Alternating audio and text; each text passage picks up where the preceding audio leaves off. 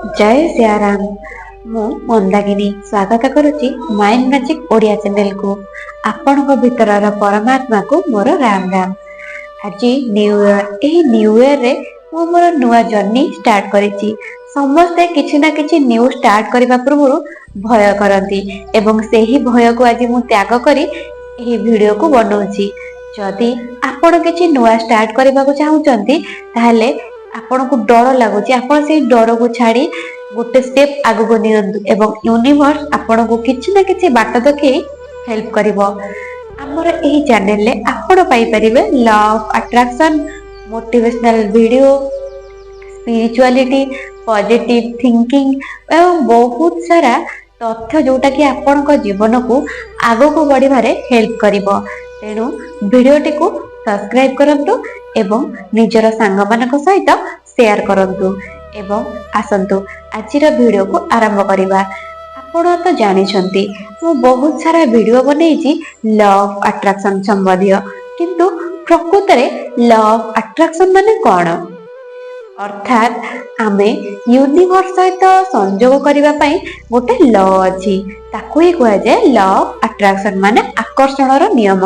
आमे प्रत्येक जिंस को अट्रैक्ट करि परिबा केमिति? केवल निजर पॉजिटिव थिंक अनुसार। आपण माने जानिछंती नेगेटिव टा बहुत जल्दी अट्रैक्ट हे जाय। जदि आमे कोनोसी इंटेंशन को, कोनोसी भावना को केवल 17 सेकेंड पर्यंत ध्यान देई दिए ताहाले से आम सहित घटी जाए, किंतु नेगेटिव आम सहित बहुत कौन आपण सहित एमती किसी अनुभूति थाए। आपण जनक विषय भावुले तांकर कॉल आसी जाए, हठात सी आसी पहुंची जाती, एमती किसी भी आपण जीवन में होइतिबो। एही तो होची अट्रैक्शन। अर्थात आमे आम भावना द्वारा आमर प्रत्येक इच्छा को पूर्ण करि परिबा एवं भगवान को समर्पण द्वारा एही लॉ सेते बेले काम करिवो जेते बेले आपण जड़े भल मनीष हेइथिबे। भल मनीष अर्थात आपणकर कर्म ठीक थबो, आपण ठीक जगह रे कर्म करुथिबे, अर्थात आपण समस्त को भल व्यवहार करुथिबे, निज जीवन रे निजर डिसिप्लिन सहित रहुथिबे, निजर काम को एफर्ट देउथिबे। लॉ ऑफ अट्रैक्शन रो लास्ट को अछि एक्शन। अट्रैक्शन रो लास्ट को अछि एक्शन। बिना एक्शन ने आपण को कौन से काम केबे भी पूर्ण हेबनी। आपण कहबे मु लॉ ऑफ अट्रैक्शन रो टेक्निक यूज कर देबे एवं मोर सहित सब किछ हे जिवो, सेमिति हेबनी। आपण को एक्शन भी नबा को पड़िबो। जदि आपण निज जीवन रे कोनोसी एग्जाम को क्लियर करबा को चाहुचंती, आपण को पढ़िबा सहित भगवान को समर्पण करंतु एवं लॉ ऑफ अट्रैक्शन को यूज करंतु। पॉजिटिव कथा कुहंतु, ताहाले आपण जीवन रे किछि ना किछि पॉजिटिव जिंस हेबो एवं चमत्कार। आपण जानिछंती समस्ते कहंती धनी अधिक धनी होउची, अंबानी अधिक धन इनकम करूछंती, एते सब धनी अछंती सेमाने को पाखको अधिक धन दाउची, किंतु गरीब मानको पई किछि नै। आपण केबे अनुमान करछंती जेते भी सारा सब आम पृथ्वी रे नई अछि, जेतक नदी अछि, सेमाने सब कोठी के जाई कि मिसंती। नदी रो लास्ट कोठी के जाई कि मिसंती जानछंती? से नदी जाई कि समुद्र रे मिसे। काई समुद्र रे कोन पानी नै? समुद्र रे तो बहुत सारा पानी अछि, तथापि नदी कोन पई जाई कि समुद्र रे मिसे? मरुभूमि रे पानी नै, मरुभूमि की कोन पई जाय नै? एही होची यूनिवर्स रो नियम। यूनिवर्स कहे जे आपण जहा देबे ता पाइबे। अर्थात जोठी अभाव भगवान सेठी केबे दियंतिनी, किंतु जोठी भाव थाए और बहुत सारा जिनिस थाए से माने भगवान को ग्रेटिट्यूड जणांती, ताहले भगवान देबे। आपण भाबंतु आपण जड़े भिकारी को 5 टका देले, किंतु आपणकर से धन्यवाद कहवा बदल रे आपणकर बदनाम करिवो। जनक आगर कहबो मात्र 5 टका देला ए भिकारी, एमदे आडू छाडू करी कहबो, तो आपण को भल लागिवो कि? जदि आपण को से थैंक यू कहबो, अन्य आगर आपणकर प्रशंसा करिवो, से निज हृदय रो आपण पई ग्रेटिट्यूड जणाइबो, तो आपणकर भी मन हबो से माको आउ किछि अधिक दिए। यूनिवर्स भी ठीक सेमिति काम करे। यूनिवर्स आपण भाबुथिबे यूनिवर्स माने कोन? यूनिवर्स माने दिव्य शक्ति, अर्थात आमर भगवान अल्लाह हे परंती, बाहे गुरु हे परंती, आमर जेते हिंदू धर्म जेते देवादेवी अछंती, सेही समस्त को आमे यूनिवर्स बोली कहू। ଆପଣ ଚାହିଁଲେ ସେ ୟୁନିଭର୍ସକୁ ରାମ ନାଁ ଦେଇପାରିବେ, କୃଷ୍ଣ ନାଁ ଦେଇପାରିବେ, ମହାଦେବଙ୍କ ନାଁ ଦେଇପାରିବେ, ହନୁମାନଙ୍କ ନାଁ ଦେଇପାରିବେ, ଯାହାବି। କିନ୍ତୁ ଭଗବାନଙ୍କୁ ସମର୍ପଣ କରି ନିଜ ଜୀବନକୁ ଏହି ବର୍ଷରୁ ଗୋଟେ ନୂଆ ଆରମ୍ଭ ଦିଅନ୍ତୁ। ଭଗବାନ ଆମ ସମସ୍ତଙ୍କୁ କେତେ ସାରା ଜିନିଷ ଦେଇଛନ୍ତି। ଆପଣ ଭାବୁଥିବେ ଭଗବାନ ମତେ କଣ ଦେଇଛନ୍ତି, ଆପଣ ସହିତ ଟିକେ ବି କିଛି ଏପଟ ସେପଟ ହବ ଯାହାକି ଆପଣଙ୍କ କର୍ମ ଅନୁସାରେ ହବ। ଆମେ ମଣିଷ ମାନେ ଯାହା ବି ଭୋଗୁ କେବଳ ଆମ କର୍ମ ପାଇଁ। ଭଗବାନ ଆମକୁ କିଛି ଦେଇନାହାନ୍ତି, ଆମେ ଯାହା କର୍ମ କରିଛେ ତାକୁ ଭୋଗିବାକୁ ପଡେ। କିନ୍ତୁ ଆମେ ଦୋଷ ଦିଏ କାହାକୁ? ଭଗବାନଙ୍କୁ। କିନ୍ତୁ ଭଗବାନ ଯୋଉଟା ଆମକୁ ଦେଇଛନ୍ତି, ଡେଲି ସକାଳୁ ଉଠିଲା ବେଳେ କଣ ସମସ୍ତେ ଉଠି ପାରୁଛନ୍ତି? ସମସ୍ତଙ୍କର ନିଶ୍ୱାସ ଚାଲୁଛି? ବହୁତ ଲୋକ ଦୁନିଆରେ ଏମିତି ଅଛନ୍ତି ଯୋଉମାନେ କି ସକାଳୁ ଉଠି ବି ପାରୁନାହାନ୍ତି, ମରି ଯାଉଛନ୍ତି।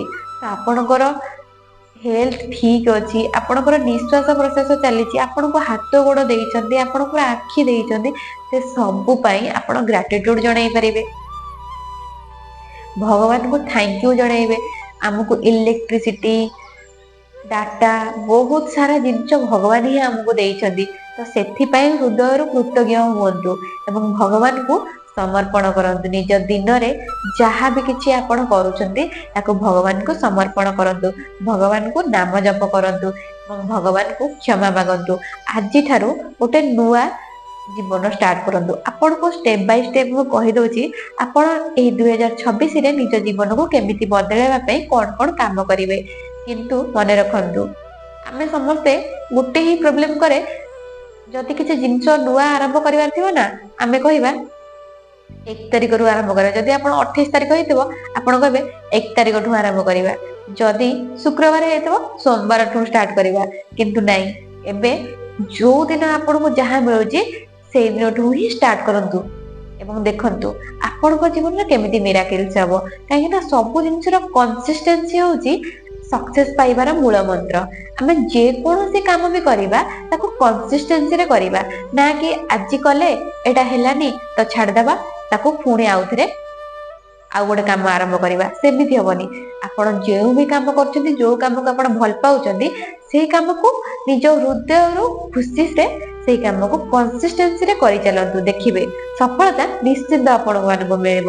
ଏବେ ଆସନ୍ତୁ କହୁଛି, ଆପଣ ଏହି ଜର୍ଣ୍ଣିରେ ନିଜ ଜୀବନକୁ କେମିତି ବଦଳାଇବେ ମୋ ସହିତ। ପ୍ରଥମେ ଆପଣ ରାତିରେ ଜଲ୍ଦି ଶୋଇବାକୁ ଚେଷ୍ଟା କରନ୍ତୁ, ଯାହାଦ୍ୱାରା କି ସୂର୍ଯ୍ୟୋଦୟ ପୂର୍ବରୁ ଆପଣ ଉଠିକି ଆପଣଙ୍କର କାମ ଜଲ୍ଦି ସାରିବ। ଯଦି ଆପଣ ସକାଳୁ ଲେଟରେ ଉଠୁଛନ୍ତି ଏବଂ ବହୁତ ସମୟ ଆପଣଙ୍କର ସେଇଥିରେ ହିଁ ନଷ୍ଟ ହେଇଯାଉଛି, କିନ୍ତୁ ଆପଣ ଯଦି ରାତିରେ ଜଲ୍ଦି ଶୋଇକି ଆପଣଙ୍କର ସକାଳର କାମ ଜଲ୍ଦି ଆରମ୍ଭ କରନ୍ତି, ତାହେଲେ ଆପଣଙ୍କୁ ଯଦି ଗୋଟେ ଦିନ ଆପଣ ଭୋର 5ଟାରୁ ବି ଉଠିଲେ ନା, ତ ଭାବନ୍ତୁ ଆପଣଙ୍କୁ ଯଦି 9ଟା ଯାଏ ଶୋଉଥିଲେ 3-4 ଘଣ୍ଟା ମିଳିଯିବ ଆପଣଙ୍କୁ। ସେଇ 3 ଘଣ୍ଟା ଯଦି ଆପଣଙ୍କୁ ଦିନେ ମିଳୁଛି, ତାହେଲେ ମାସକରେ ସେଇ 3 ଘଣ୍ଟା ନା କେତେ 90 ଘଣ୍ଟା ନା ମିଳିଯାଉଛି। ବର୍ଷକରେ କେତେ ଏକ୍ସଟ୍ରା ଟାଇମ ଆପଣଙ୍କୁ ମିଳୁଛି? ସେଇ ଏକ୍ସଟ୍ରା ଟାଇମ ଆପଣ ନିଜକୁ ଦିଅନ୍ତୁ, ନିଜକୁ ଖୁସି କରିବାକୁ ଦିଅନ୍ତୁ। କଣ ନା, ଆପଣ ଯଦି ଅଳସୁଆମି କରିବେ ତ ଜୀବନରେ କିଛି। ଦୁନିଆରେ ଯେତେ ବି ସବୁ ଧନୀ ଲୋକ ଅଛନ୍ତି, ଏଲନ ମସ୍କ ହଉ, ଅମ୍ବାନୀ ହଉ, ବିଲ୍ ଗେଟ୍ସ ହଉ, ଯେତେ ସାରା ସବୁ ବହୁତ ସାରା ଧନୀ ଲୋକ ଅଛନ୍ତି, ସେମାନଙ୍କର ଲାଇଫ ସବୁବେଳେ ଡିସିପ୍ଲିନରେ ଥାଏ। ସେମାନେ ବହୁତ ହାର୍ଡୱାର୍କ କରନ୍ତି। ଲାଇଫରେ ସକ୍ସେସଫୁଲ ହବା ପାଇଁ କେବେ ବି କୌଣସି ସର୍ଟକଟ ବାଟ ନଥାଏ। ତ ଆମକୁ ହାର୍ଡୱାର୍କ କରିବାକୁ ପଡିବ। ଯଦି ଆମ ଜୀବନରେ ଆମେ କିଛି ପାଇବାକୁ ମାଇଣ୍ଡରେ ରଖିଛେ, ତ ସେଥିପାଇଁ ଆମକୁ ବହୁତ ମେହନତ କରିବାକୁ ପଡିବ। ଏବେ ଆପଣଙ୍କୁ ମୁଁ ଷ୍ଟେପ ବାଇ ଷ୍ଟେପ କହିଦଉଛି, ଆପଣ କଣ କଣ ସବୁ କରିବେ। ପ୍ରଥମେ ଆପଣ ସକାଳୁ ଜଲ୍ଦି ଉଠିଯିବେ, ଭୋର 5ଟାରୁ। ଏନି କଷ୍ଟ ଆପଣଙ୍କୁ 5ଟାରେ ଉଠିବାକୁ ହିଁ ପଡିବ। 5ଟାରେ ଉଠନ୍ତୁ, ସୂର୍ଯ୍ୟୋଦୟ ପୂର୍ବରୁ ଉଠନ୍ତୁ। କାହିଁକି ନା ଏହି ବର୍ଷଟା ହଉଛି ସୂର୍ଯ୍ୟଙ୍କର ବର୍ଷ, ତେଣୁ ଆମେ ଜଲ୍ଦି ଉଠିବା, ସୂର୍ଯ୍ୟକୁ ପାଣି ଦେବା। ତ ଆପଣ କଣ କରିବେ? ପ୍ରଥମେ ଉଠିବେ, ଉଠିବା ମାତ୍ରେ ହିଁ ପ୍ରଥମେ ଆପଣ ମାଇଣ୍ଡକୁ କଣ ଦେବେ? ଭଗବାନଙ୍କର ନାଁ। ଆପଣ ଉଠିବା ସହିତ ଭଗବାନଙ୍କର ନାଁକୁ ସ୍ମରଣ କରନ୍ତୁ। ଆପଣ ଯେଉଁ ଠାକୁରଙ୍କୁ ଭଲ ପାଉଛନ୍ତି ସେଇ ଠାକୁରଙ୍କ ନାଁ ନିଅନ୍ତୁ। ଆପଣ ଚାହିଁଲେ ରାମଙ୍କ ନାଁ ନେଇପାରିବେ, କୃଷ୍ଣଙ୍କ ନାଁ ନେଇପାରିବେ, ନାରାୟଣଙ୍କ ନାଁ ନେଇପାରିବେ, ମହାଦେବଙ୍କ ନାଁ ନେଇପାରିବେ, ହନୁମାନଙ୍କ ନାଁ ନେଇପାରିବେ। ଆପଣଙ୍କୁ ଯେଉଁ ଠାକୁର ପ୍ରିୟ ସେଇ ଠାକୁରଙ୍କର ନାମ ନିଅନ୍ତୁ। ସେହି ଠାକୁରଙ୍କର ନାମ ନେଇ ତାଙ୍କୁ ଧନ୍ୟବାଦ ଦିଅନ୍ତୁ। ପ୍ରଥମେ କୁହନ୍ତୁ ପ୍ରଭୁ ରାମ ରାମ, ତାଙ୍କୁ ଧନ୍ୟବାଦ ଦିଅନ୍ତୁ। ଭଗବାନ ଆପଣଙ୍କୁ ଯାହା ବି କିଛି ଦେଇଛନ୍ତି 5ଟା ଜିନିଷ ପାଇଁ ଭଗବାନଙ୍କୁ ଥ୍ୟାଙ୍କ ୟୁ କୁହନ୍ତୁ ଏବଂ ପ୍ରାତଃ ସ୍ମରଣ କରନ୍ତୁ। ଆପଣ ଯଦି ପ୍ରାତଃ ସ୍ମରଣ ଜାଣିନାହାନ୍ତି ତେବେ ଗୁଗୁଲରେ ମାରିକି ଜାଣିଦେବେ। ଯାହାକୁ କୁହନ୍ତି କରକୁ ଦେଖିକି, ହାତକୁ ଦେଖିକି, ହାତର ପାପୁଲିକି ଦେଖିକି, ହାତର ଅଗଭାଗକୁ, ହାତର ମଝି ଭାଗକୁ ଏବଂ ହାତର ଲାଷ୍ଟ ଭାଗକୁ ଦେଖିକି ଆପଣ ସେହି ମନ୍ତ୍ରଟିକୁ ଗାୟନ କରିବେ। କରାଗ୍ରେ ବସତେ ଲକ୍ଷ୍ମୀ, ଅର୍ଥାତ୍ କରର ଅଗଭାଗରେ ବସୁଛନ୍ତି ଲକ୍ଷ୍ମୀ, କର ମଧ୍ୟନ୍ତୁ ସରସ୍ୱତୀ, କରର ମଝିରେ ବସନ୍ତି ସରସ୍ୱତୀ, କର ମୂଳେ ତୁ ଗୋବିନ୍ଦ। କରର ମୂଳରେ ଅଛନ୍ତି ଗୋବିନ୍ଦ। ପ୍ରଭାତେ କର ଦର୍ଶନ, ସକାଳେ ସବୁବେଳେ କରକୁ ଦର୍ଶନ କରନ୍ତୁ।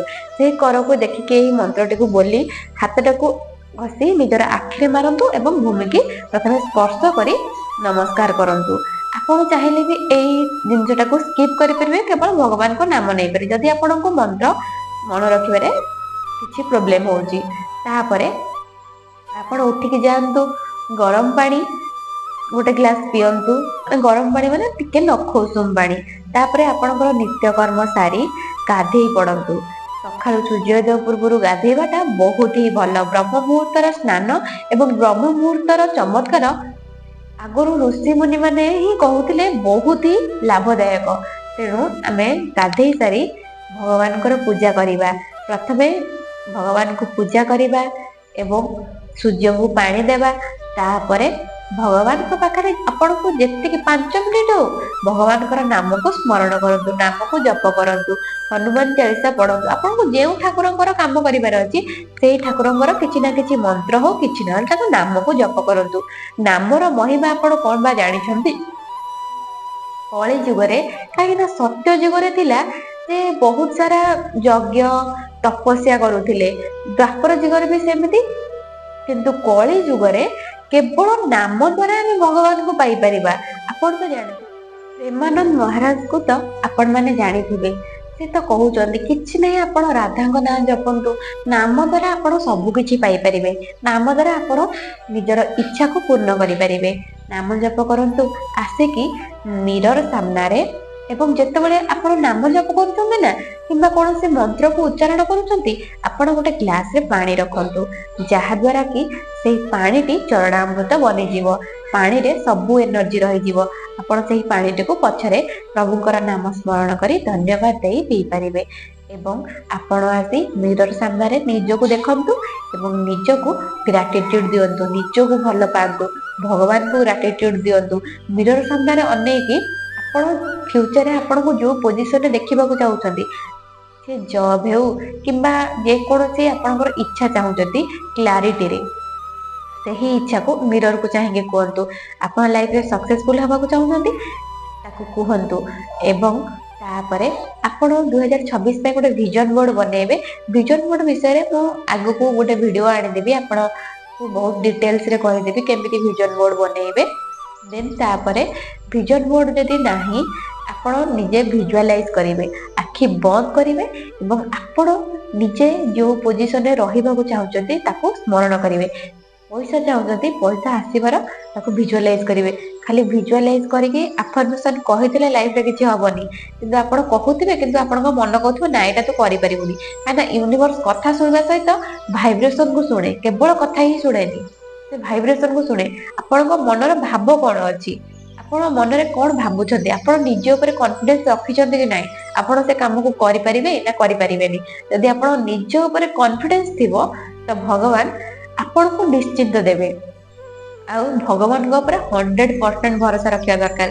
ଏଇଟା ମୁଁ ଗ୍ୟାରେଣ୍ଟି ଦେଇ କହୁଛି, କାହିଁକି ନା ଏବେ ତ ଲ ଅଫ ଆଟ୍ରାକ୍ସନର ବହୁତ ସାରା ଭିଡିଓ ଅଛି, କିନ୍ତୁ ବହୁତ ଲୋକଙ୍କର ବହୁତ ସାରା ୱିଶ ପୂର୍ଣ୍ଣ ହଉଛି, ତ ଆପଣ କାହିଁକି ନୁହେଁ, ଆପଣ କାହିଁକି କରିପାରିବେ ନାହିଁ?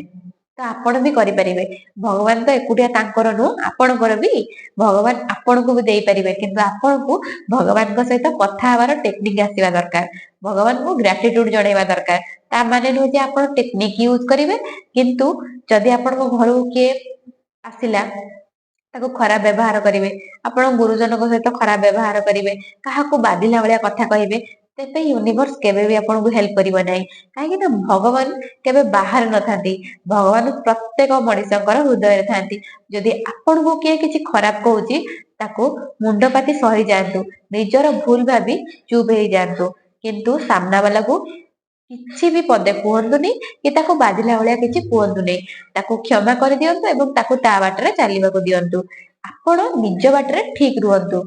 ମନେ ରଖନ୍ତୁ, ଆପଣ ଯଦି ନିଜର ପ୍ରୋବ୍ଲେମକୁ ବାରମ୍ବାର କହିବେ ଯେ ସେହି ବ୍ୟକ୍ତି ମତେ ଖରାପ ବ୍ୟବହାର କରୁଛି, ସେ ମତେ ଏଇଟା କହୁଛି, ସେ ମତେ ସେଇଟା କହୁଛି, ସେଇ ଜିନିଷ ବାରମ୍ବାର ଆପଣଙ୍କ ସହିତ ଘଟିବ। କେବେ ବି ପ୍ରୋବ୍ଲେମକୁ କମ୍ପ୍ଲେନ କରନ୍ତୁ ନାହିଁ, ଥରେ ତାର ପଜିଟିଭ ସାଇଡ ଦେଖନ୍ତୁ।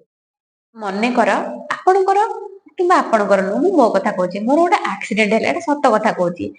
ମୁଁ ଯାଉଥିଲି, ମୋର ଆକ୍ସିଡେଣ୍ଟ ହେଲା, ମୋ ଗୋଡ ଖଣ୍ଡିଆ ହେଇଗଲା। ଗୋଟେ ଥର ଆକ୍ସିଡେଣ୍ଟ ହେଲା ସେମିତି, ମୁଁ ସେଟାର ପଜିଟିଭ ଭାବୁଥିଲି ଯେ ଆହୁରି ବହୁତ ବଡ ଆକାରରେ ହେଇଥାନ୍ତା ଯଦି ମୁଁ ମେନ୍ ରୋଡରେ ପଡିଥାନ୍ତି, ତ ବହୁତ କିଛି କ୍ଷତି ହେଇଥାନ୍ତା, କିନ୍ତୁ କମ କ୍ଷତିରେ ଭଗବାନ ମତେ ବଞ୍ଚେଇ ଦେଲେ। ମୁଁ କର୍ମ ଅନୁସାରେ ମୁଁ ପଡିଥିଲି। ଏମିତି ପଜିଟିଭ ଭାବିବେ। ଯଦି ଆପଣଙ୍କୁ କିଏ କଣ କହୁଛି, ଭାବିବେ ଯେ ମୁଁ କଣ କରିଥିଲି, ମତେ ସେ ଲୋକ ଦ୍ଵାରା ମିଳିଲା। କିନ୍ତୁ ଆପଣଙ୍କର ଯିଏ ନିନ୍ଦା କରିବ ନା, ଆପଣ ତାକୁ ବହୁତ ଧନ୍ୟବାଦ ଦେବେ, ତାକୁ ବହୁତ ହି ମାନେ ତା ପାଇଁ ମଙ୍ଗଳ ଚିନ୍ତା କରିବେ। ଆପଣ ସମସ୍ତଙ୍କର ମଙ୍ଗଳ ଚିନ୍ତା କରିବେ, କାହିଁକି ନା ଆପଣଙ୍କର ନିନ୍ଦା ଦ୍ଵାରା ଆପଣଙ୍କ ପାପ କମ ହୁଏ। ଯଦି ଆପଣଙ୍କର ନିନ୍ଦା ନୁହେଁ, ଆପଣଙ୍କର ଦେହ କ୍ଷତି ହବ, ଆପଣ ସହିପାରିବେ ତ? ସେଥିପାଇଁ କି ଭଗବାନ ଆପଣଙ୍କୁ ଯେତେବେଳେ ଭଗବାନଙ୍କୁ ଡାକିବେ ନା, ଆପଣଙ୍କର ବହୁତ ହି ନିନ୍ଦା ହବ, ଆପଣଙ୍କୁ ଲୋକ ବହୁତ ଖରାପ କରି କହିବେ ଏବଂ ଆପଣଙ୍କ ଜୀବନରେ ସିଚୁଏସନ ଆସିବ ବହୁତ ପ୍ରୋବ୍ଲେମ ଦାୟକ। କାହିଁକି ନା ଭଗବାନ ଚାହାନ୍ତି ଆପଣଙ୍କର ଖରାପ କର୍ମକୁ ସବୁ ସାରି ଦେଇ ଆପଣଙ୍କୁ ଗୋଟେ ବେଟର ଲାଇଫ ଦେବେ, କିନ୍ତୁ ଆପଣ ସେଠି ନ ଡରିକି ଭଗବାନଙ୍କୁ 100% ବିଶ୍ୱାସ ରଖିକି ଆଗକୁ ଆଗେଇବେ। ଏଇ ଜିନିଷକୁ ମାଇଣ୍ଡରେ ରଖିବେ।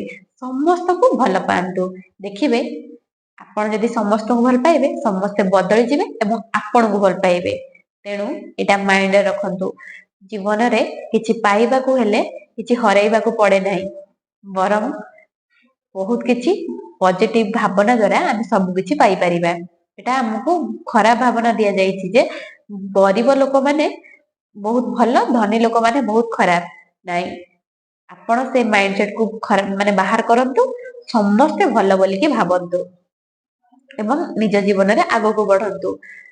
ଆପଣ ଆପଣଙ୍କ ଦିନର ଯାହା ବି କର୍ମ କରିବାକୁ ଚାହୁଁଛନ୍ତି ଏହିଭଳି ରୁଟିନରେ କରନ୍ତୁ। ଠାକୁର ପୂଜନ୍ତୁ, ଭଗବାନଙ୍କୁ ନ ପୂଜିଲେ ନାହିଁ ନାମ ଜପ କରନ୍ତୁ ଏବଂ ନିଜ କର୍ମ ଯାହା ତାକୁ ଖୁସି ମନରେ କରନ୍ତୁ। ରୋଷେଇ କଲା ବେଳେ ପଜିଟିଭ କଥା କୁହନ୍ତୁ, ନାମ ଜପ କରି ରୋଷେଇ କରନ୍ତୁ ଏବଂ ଯାହା ବି ଖାଉଛନ୍ତି, ଯାହା ବି ପିଉଛନ୍ତି ତାକୁ ଚାର୍ଜ କରିକି ପିଅନ୍ତୁ। ଆପଣ ପାଣି ପିଉଛନ୍ତି, ପାଣିକି ଧରନ୍ତୁ, ପଜିଟିଭ କଥା କୁହନ୍ତୁ, ପଜିଟିଭ ଆଫର୍ମେସନ କୁହନ୍ତୁ। ଆପଣ ଯାହା ପାଇବାକୁ ଚାହୁଁଛନ୍ତି ସେଇ ଆଫର୍ମେସନ କହି ପାଣିକି ପିଇ ଦିଅନ୍ତୁ, ଦେଖିବେ ବହୁତ ସାରା ଆପଣଙ୍କୁ ରେଜଲ୍ଟ ମିଳିବ।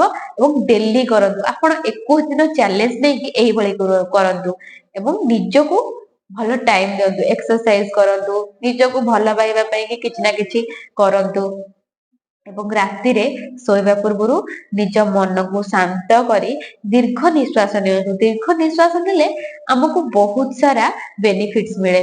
ଦୀର୍ଘ ନିଶ୍ୱାସ ରୁହନ୍ତୁ, ଶାନ୍ତ ରୁହନ୍ତୁ, ପଜିଟିଭ ଭାବନା ଭାବନ୍ତୁ, ନିଜର ସ୍ୱପ୍ନକୁ ଭିଜୁଆଲାଇଜ କରନ୍ତୁ ଏବଂ ଖୁସିରେ ତାକୁ ଅନୁଭବ କରି ଶୋଇବେ ଯାଆନ୍ତୁ। ଦେଖିବେ ବହୁତ ଜଲ୍ଦି ଆପଣଙ୍କର ଇଚ୍ଛା ମ୍ୟାନିଫେଷ୍ଟ ହବ ଏବଂ ଆପଣଙ୍କୁ ସବୁ କିଛି ମିଳିବ ଯାହା ଆପଣ ଚାହୁଁଛନ୍ତି, ହୁଏତ ତାଠୁ ଅଧିକ ବି ମିଳିପାରେ, କିନ୍ତୁ ଭଗବାନଙ୍କ ଉପରେ ଭରସା କରି ଦେଖନ୍ତୁ, ଆପଣଙ୍କୁ ସବୁ କିଛି ମିଳିବ। ଏବେ ଦେଖାହବା ଆଗାମୀ ଭିଡିଓରେ। ଜୟ ସିୟାରାମ, ଧନ୍ୟବାଦ।